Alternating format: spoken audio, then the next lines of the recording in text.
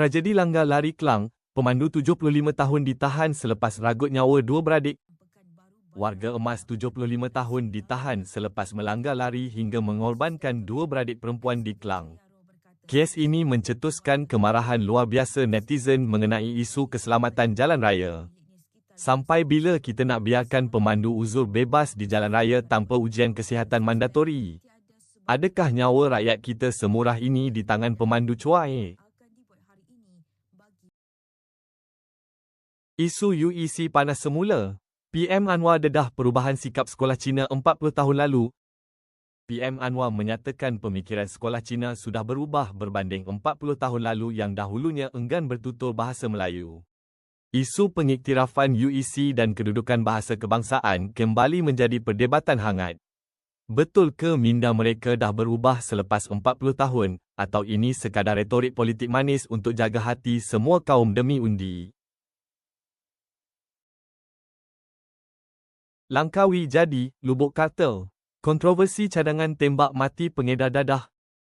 KDN akui masalah dadah di Langkawi wujud, tetapi menolak dakwaan ia sudah parah setaraf kartel Pablo Escobar.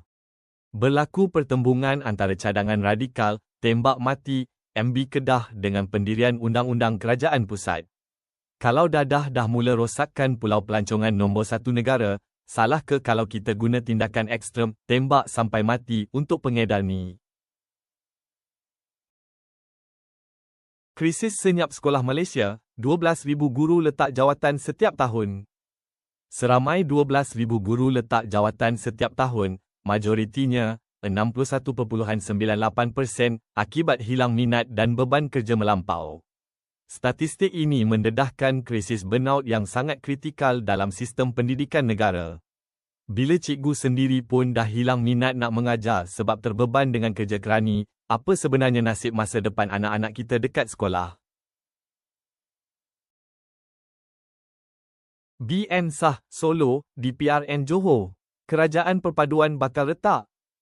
BN buat kejutan akan bertanding di semua kerusi PRN Johor tanpa bekerjasama dengan rakan sekutu, PH.